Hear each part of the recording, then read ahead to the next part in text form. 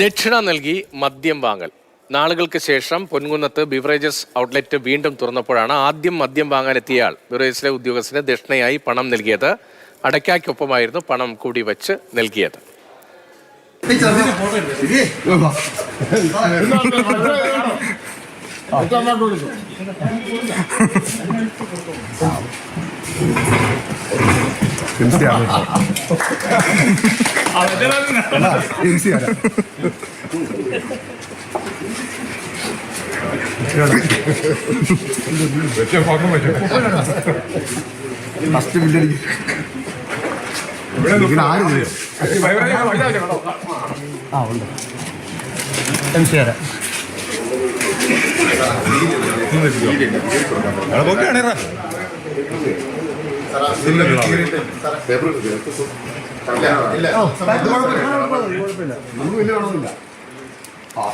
ഷിനോജ് ജസ്റ്റിയുണ്ട് വിവരങ്ങളുമായി. ഷിനോജ്, ഏറെക്കാലത്തെ കാത്തിരിപ്പിൽ പ്രാർത്ഥനയും ഉണ്ടായിരുന്നു. അതുകൊണ്ടാണോ ഇനിയിപ്പോൾ ഈ ദക്ഷിണ നൽകി ഇനി ബിവറേജ് അടയ്ക്കരുത് എന്ന ആഗ്രഹത്തോടു കൂടി ഇങ്ങനെ മദ്യം വാങ്ങാനായി ആദ്യം നിന്നയാൾ എത്തിയത്? അതോ എല്ലാവരുടെയും ഒരു കൂട്ടായ പരിശ്രമമായിരുന്നു ഇങ്ങനെ ദക്ഷിണ നൽകി മദ്യം വാങ്ങിയേക്കാമെന്നത്?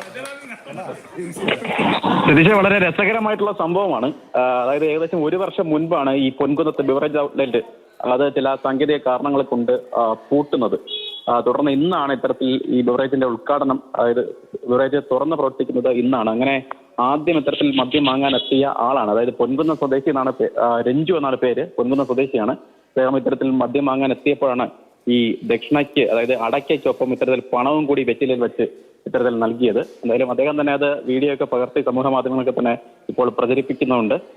എന്തായാലും ഈ കഴിഞ്ഞ ഒരു വർഷം ഈ മദ്യം ഈ ബിവറേജ് ഔട്ട്ലെറ്റ് പൂട്ടിയതിനെ തുടർന്ന് ഇവിടെ ഉണ്ടായിരുന്ന ആളുകളൊക്കെ തന്നെ മദ്യം വാങ്ങുന്നതിന് വേണ്ടി പ്രധാനമായും പള്ളിക്കത്തോട്, അതുപോലെ പാല, എരുമേലി ഉൾപ്പെടെയുള്ള ബിവറേജസ് ഔട്ട്ലെറ്റുകളാണ് ആശ്രയിച്ചിരുന്നത്. അതായത് ദീർഘദൂരം യാത്ര ചെയ്ത് വേണം അവർക്കൊക്കെ മദ്യം വാങ്ങാൻ പോയിക്കൊണ്ടിരുന്നത്.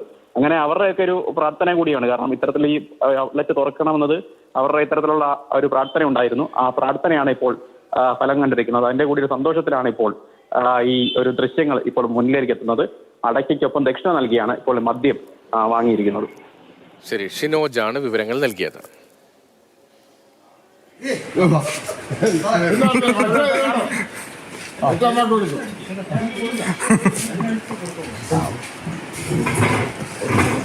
MC